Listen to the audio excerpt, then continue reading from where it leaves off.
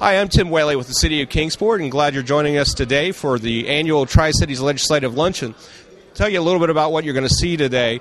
For the past number of years, the cities of Kingsport, Bristol, and Johnson City have gotten together and agreed upon a legislative agenda so that all three cities might speak with one voice. Certainly appreciate our viewers out there that will be watching this today, and I do want you all to know how hard our Northeast Tennessee delegation is working for each and everybody in Northeast Tennessee.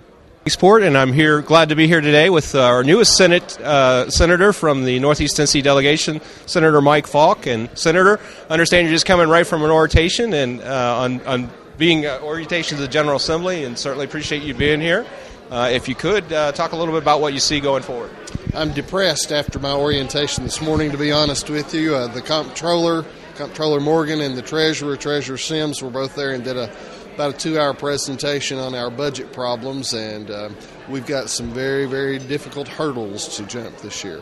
Now, obviously, for our legislative agenda of Kingsport, Bristol, and Johnson City, every year we do this event. We get together as three cities and speak with one voice. And really, all we're asking for at this point is just try to maintain where we're at. Certainly understand how difficult that's going to be, but what do you think we can do on state shared taxes? Well, I come from a municipal and a county government background. I was a county commissioner and a city attorney for 2 different towns, and I know firsthand what happens when the state starts meddling in the shared revenues. If you go back to the early 2000, 2001, 2002, there were substantial cuts, and if the state cuts local share of revenue that comes from state government, you guys are not going to have any choice. You either cut services or you pass on the tax increase. So we've got to be very, very careful to see that we don't meddle in that particular slice of the pie. Another area that I see to be beyond the budget acts is education. Republicans for years have talked about fund education first. I truly believe we should fund education first, and then with what we have left, try to do the best we can on the other state services. So, at least from my perspective, and you have to keep in mind, Tim, the 6 counties that I represent go from Hancock, which is amongst the poorest and the smallest in the state, and I actually live in the city of Kingsport myself, and part of Kingsport is in my district, with one of the finest and best funded school systems in the state. So we've got to achieve some sort of balance that gets as close as we can to funding the BEP formula and certainly do no harm. Senator, we certainly welcome you to the delegation, and thank you for being with us today. Thank you. And with us next is our newly elected representative from the 2nd District of Kingsport, principally Kingsport and Sullivan County as well, a good chunk of that, is Tony Shipley. And Tony, thank you for joining us today, sir. Thanks for having me. Congratulations on your recent election, and we look forward to working with you. Having looked at this legislative agenda put forward by the Tri-Cities area, understanding how difficult the state finances are going to be this year, certainly if you could talk a little bit about where you think we'll end up on things like state shared taxes and BEP funding. Well, I think the most important thing from a school standpoint is K through 12 is safe. Beyond that, no guarantees. Certainly. Everything's on the table. We've had meetings continuously since November the 5th, to the point I've actually asked a certain department in Nashville, I said, I want $6 million from you. Yes, sir. So this would be on the Memorial Boulevard project. I was going to lead into that. If you want to talk a little bit about your approach on that. There's a lot of pockets of money in the state. To say that we're broke or we're out of money it really doesn't characterize the situation. I think there's been a lack of priority, particularly a priority from East Tennessee's perspective for a long time.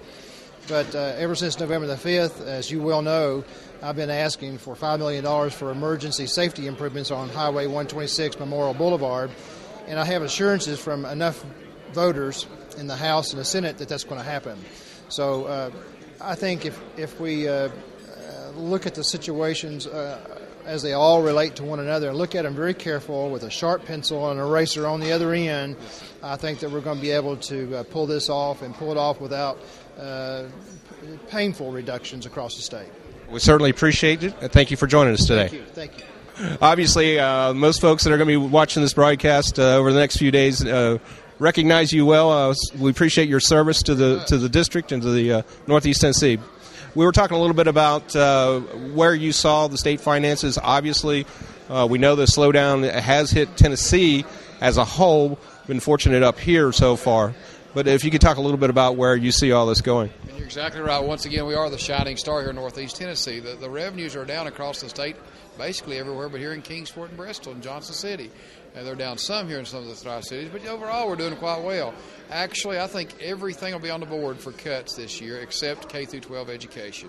I think we'll fully fund that. We'll fully fund the BEP, as we've done since 1992, to make sure that we don't go backwards. Will corrections be on the board? Yes. Will Department of Safety? Yes. Just right on down the list, because we have about $1 billion hole we've got to fill. The good part about this, I guess, is if you look around at other states, what Virginia has, North Carolina, South Carolina, Georgia, we're actually in pretty good shape. We'll get through this, and I think there's one thing you will not see, and that's a tax increase. The worst thing that could happen in a time like this, when you see the economy is driven by consumer spending, by small business, is to take more money out of people's pockets, and they back up even more. So that won't happen. We'll make this work. I work closely with Governor Bredesen to make sure that he understands where we are in Northeast Tennessee, and I think, honestly, we agree on most things. And for those people who are watching today, state-shared taxes are revenues that the state collects but shares back with localities on a per capita population.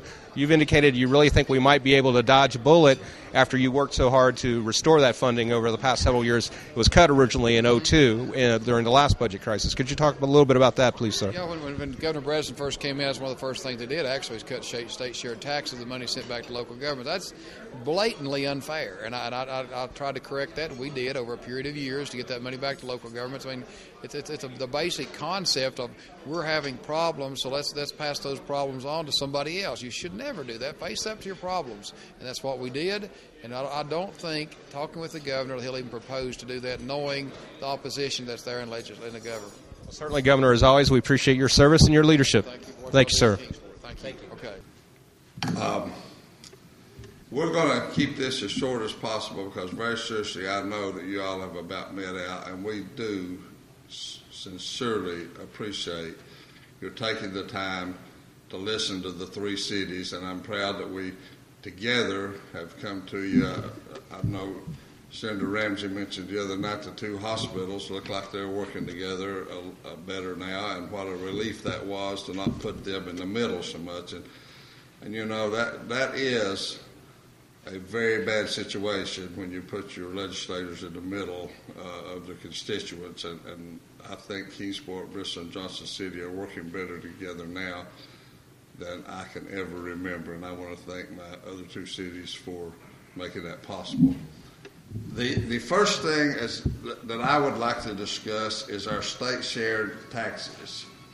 I know this is going to be a very difficult year. I think we'll just, as the attorneys say, we'll just concede that fact. But we would ask, if at all possible, not to cut our state-shared taxes. This happened back, I think it was in 2002, and it's very difficult for the cities and the counties to operate when this happens. And I think we really owe a debt of gratitude to our legislators, especially Senator Ramsey, that led the charge to get those put back in. And I want to thank you all for doing that, and ask that you please, if any way possible, do not do that this year. Next slide. Education. The biggie on education is very simply, we would ask that you don't reduce K through 12 funding.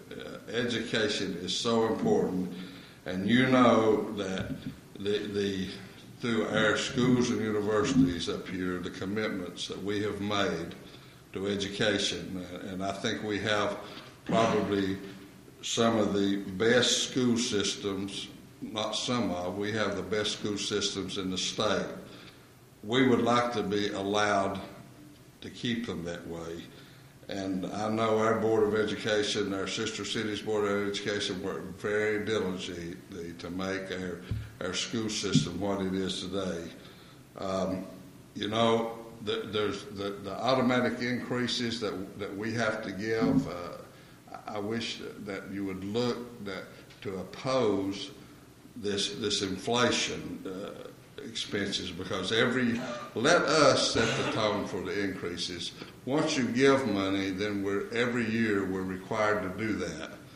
And I think that in your district, that the Board of Education and the cities and the counties that are working together very well. And I would ask you, and I'm probably going to say this on another subject I'm going to talk about, don't make your decision based on what the opposite end of the state cannot control and probably never will be able to control. Make your decisions based on good, sound decisions that are made in your district. That's all I'm going to say about education. Unfunded mandates. I had the privilege in '87 of working in the cabinet, and one of the things that the state always talked about was the federal government mandating to the states, you have to do this and you have to do that, but they never give you any money. Well, what the federal government does to the state government has a tendency to do to the county and city governments. We would ask that any mandates be funded. We would even go so far as to ask you to even pass legislation that bans mandates without state funding. And I don't have to tell you all as businessmen what when you're told you have to do something and you have to pay for it, what that does. Fortunately, our legislators are most all business people and understand that very well. And I would ask that you continue to letting us have local control.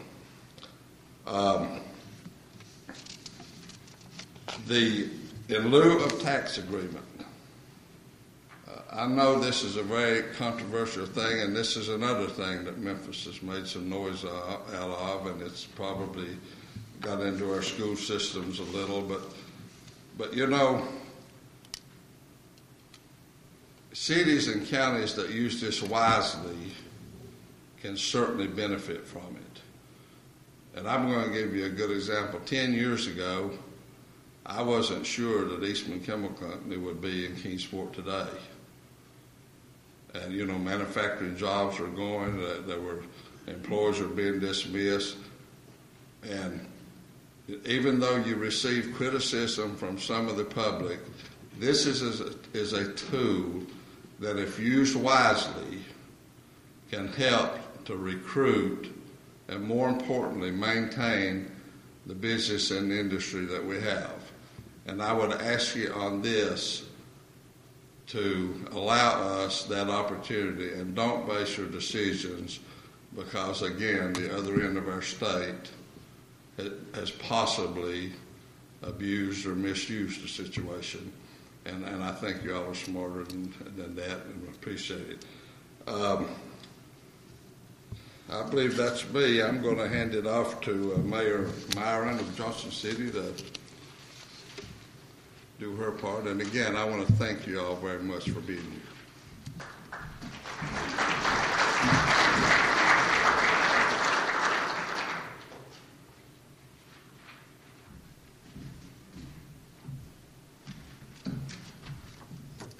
I was asking Dennis if this is timed or do I have a control, so I like to keep things moving and get folks out of here. So I may have to ad-lib a little bit between this. My first topic is collective bargaining. We support the right to work and the right of citizens to determine a suitable compensation level for local public employees.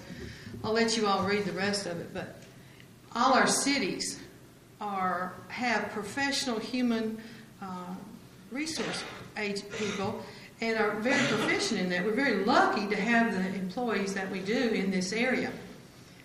We also have civil service boards that the fire and the police can go to for any kind of decision making and things like that. Now, there's not any other department in our cities that have that ability. Public Works doesn't, Water Sewer doesn't. So we have an extra opportunity for our fire and police to for grievances and things like that. So we are opposed collective bargaining, and I think it would increase our cost in our cities, and ask you to strongly consider this.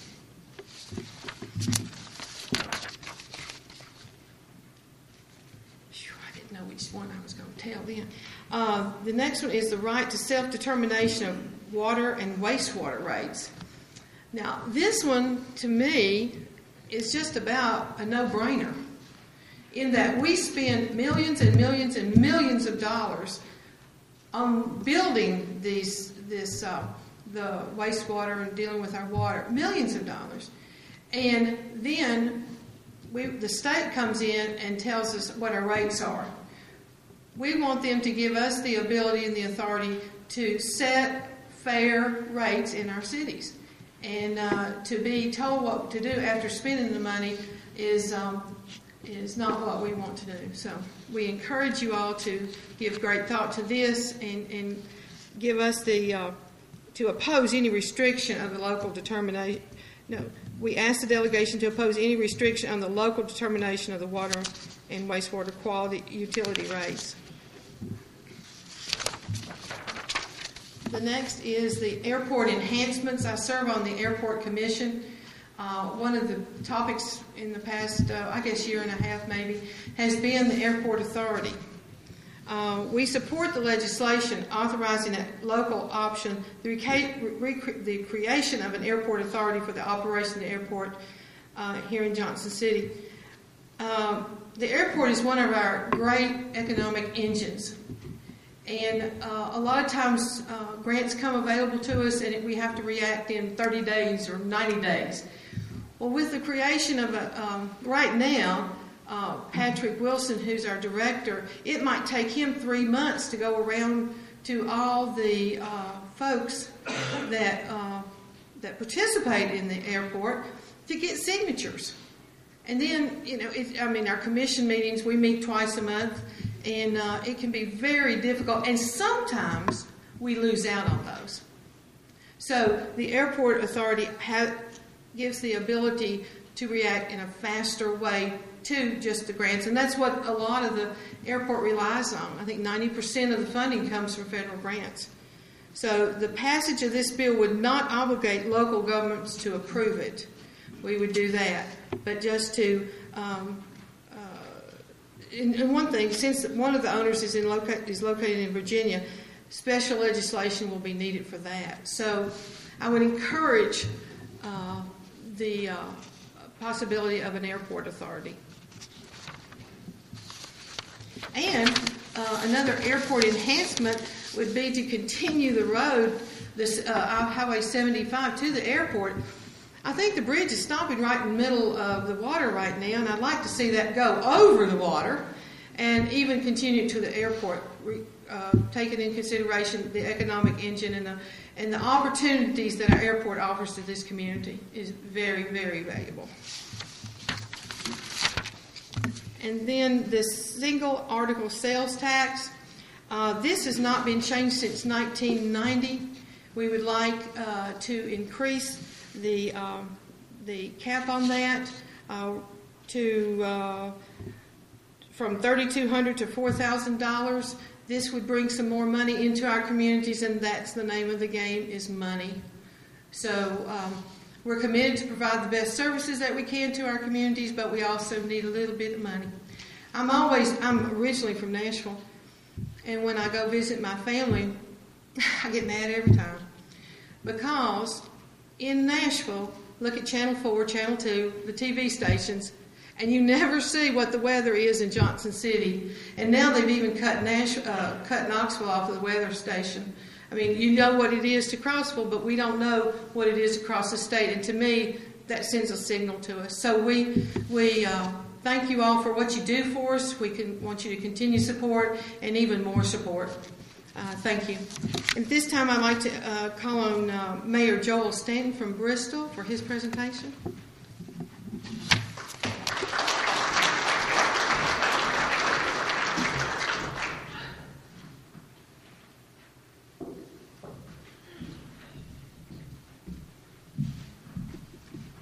morning. Transportation. Transportation, as everybody knows, is vital to the state of Tennessee, and such transportation funding must be maintained to accomplish that purpose. Highway improvements as well as rail improvements must be part of their overall strategy.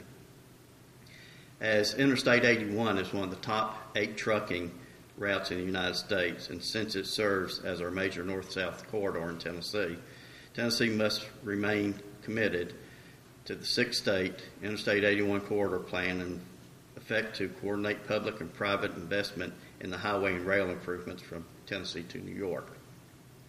And included in those improvements should be the objective to establish direct rail from Bristol to Chattanooga and on to Memphis.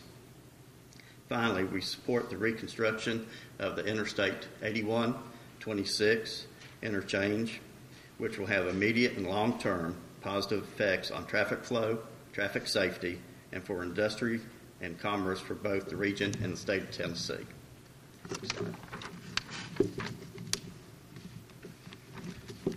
Federal Highway Administration has found that red light running is one of the major causes of crashes, deaths, and injuries at signalized intersections in the United States. Crash statistics reveal that over 1,000 persons are killed and 200,000 injured yearly due to red light running and related crashes. The Highway Administration supports a comprehensive approach to the intersection safety that incorporates engineering, education, and enforcement to prevent red light running and improve intersection safety. A recent synopsis of literature on the safety impacts of red light cameras found that there was a great evidence indicating that red light running camera systems improve the overall safety of intersections where they're used. The reduction in the number of crashes is especially important, as crashes caused by motorists running the red lights are, on an average, more deadly and damaging than any other type of crash at signalized intersections. The Highway Administration is promoting red light cameras as one of its defined priorities, market-ready safety technologies. Numerous cities in the state of Tennessee are using red light cameras, including Kingsport and Johnson City at this time. And we ask that no limits be placed on the local use of red light cameras. Next slide.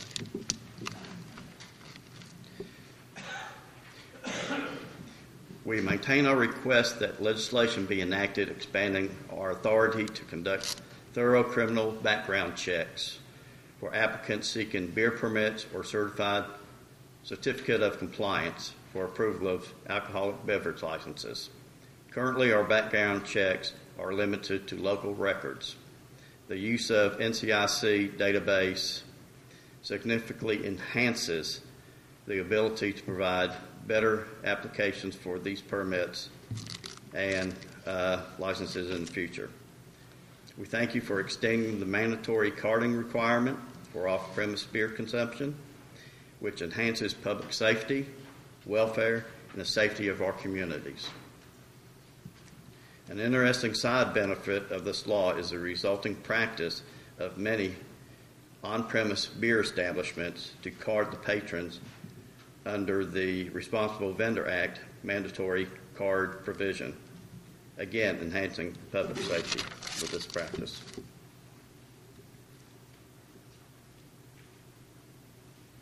In the state of Tennessee, there are presently 7 city-only emergency dispatch centers, which includes the 911 centers in Kingsport and Bristol. There has been recent discussion in the state that would force consolidation of the 911 boards and operations to provide a single emergency dispatch center in each county. We oppose any action to force consolidation of our dispatch operations. We also oppose any legislation that would restrict voluntary consolidation of dispatch operations to centers in the same county. The right to choose these consolidations and in the manner deemed best for the affected cities should be properly made at the local levels.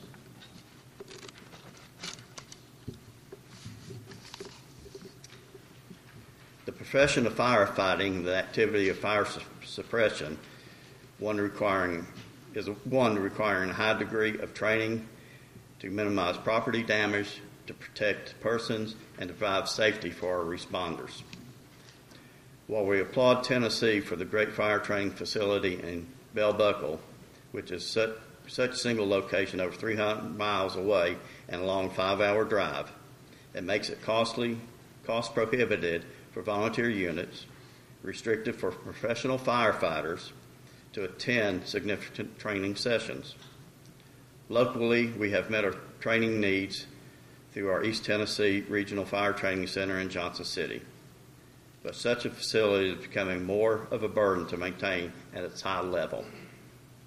So we ask that you support the creation of regional fire training centers and encourage support of federal and state funding for the establishment and operation of such regional fire training centers in the future. And on that, I'd like to turn it back over to Mayor Phillips after I thank, on behalf of the Kingsport and Johnson City and Bristol, our collective interest in Nashville. And again, thank you for serving our committees. And please don't hesitate to call us if there's anything that we can help you with while you're in Nashville.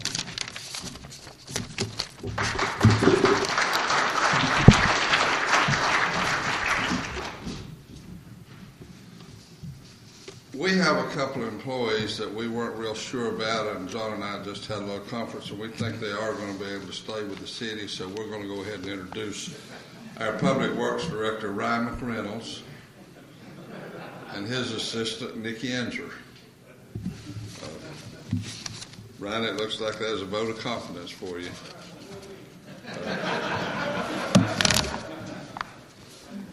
Good morning. As City Manager said, I'm Investigator Dan with Johnson City Police Department. I don't work anywhere in politics. I'm not a lobbyist. This is just something that has come up, in the course of my duties with Johnson City Police, investigating crimes against children. That's what I specialize in for the department. Time and time again, we come across what I've called them the wanderers. These are children who law enforcement has come in contact with, no guardian around. The child, in these cases, usually doesn't know where they live, may or may not know their own last name or mom and dad's name, and it becomes an issue for us in the TCA 3915-401 to inflict injury. In the neglect part of that, in the beast part of the statute, to adversely affect the child's health and welfare. I think that somewhere along the way, those words, the health and welfare, was added to try to collectively take care of this problem, but it doesn't.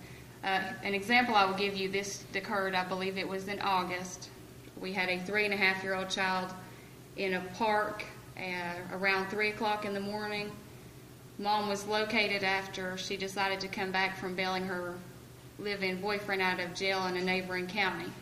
She left the child inside the home, asleep, and goes to bail him out. The child woke up and leaves the residence.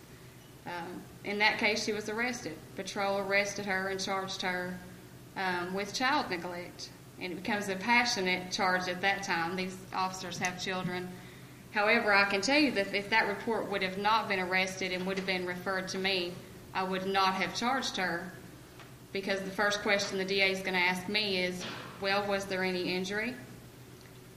Was the child's health or welfare adversely affected? Can I say that? Can I prove that? No. Same child, 2 months later, was found barricaded in a bedroom, had a chair up against the door. Mom was located at a local bar drinking. Again, same mom was arrested. Again, the same charge will be dismissed in Sessions Court, because a defense attorney who has any knowledge of this reading is going to say no injury, and the child's health and welfare was not adversely affected.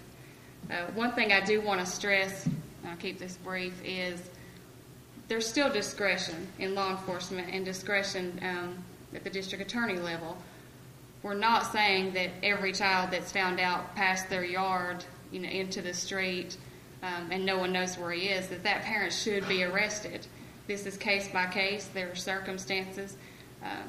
Just briefly, the police pick up a child in the road, knock on the door. Mom answers, towel on her head, looks frantic. She's still wet. Said she was in the shower. Her son was asleep in bed, and little Johnny, for the first time, figured out how to unlock the front door.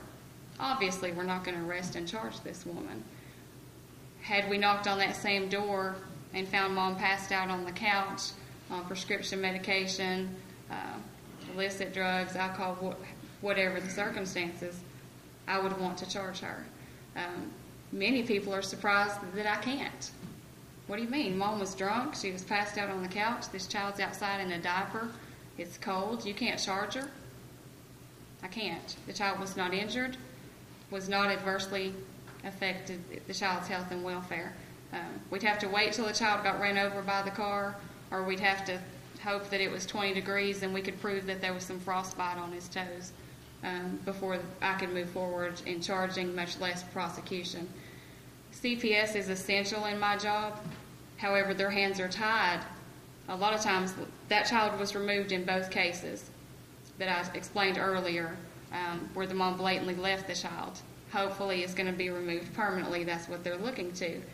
However, when our charges get dismissed at the Sessions Court level, that hinders their argument in family or juvenile court.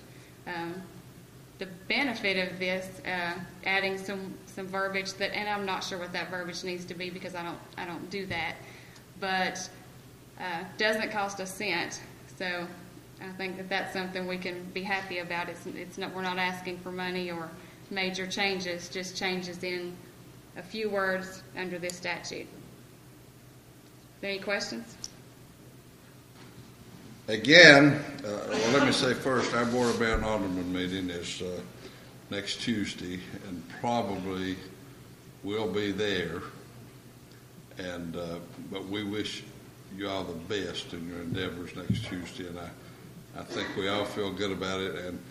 And you know what Ron is saying, and what Rusty was saying about, I had the opportunity to travel the state as a cabinet member, and believe you me, there's places you don't go. It's the Hatfields and McCoys. And in '87, we had another great senator, Carl Moore, who had attempted to be lieutenant governor, and there was no way in 1987 that was ever going to happen. In 86, 85, 84, before, I don't think you could possibly realize the accomplishment of having a lieutenant governor. 3/4 of the senators didn't know where anything east of Knoxville was. And I can appreciate and understand what both the think of having a lieutenant governor, much less having the Speaker of the House. It people would have had you committed if you just said that in '87.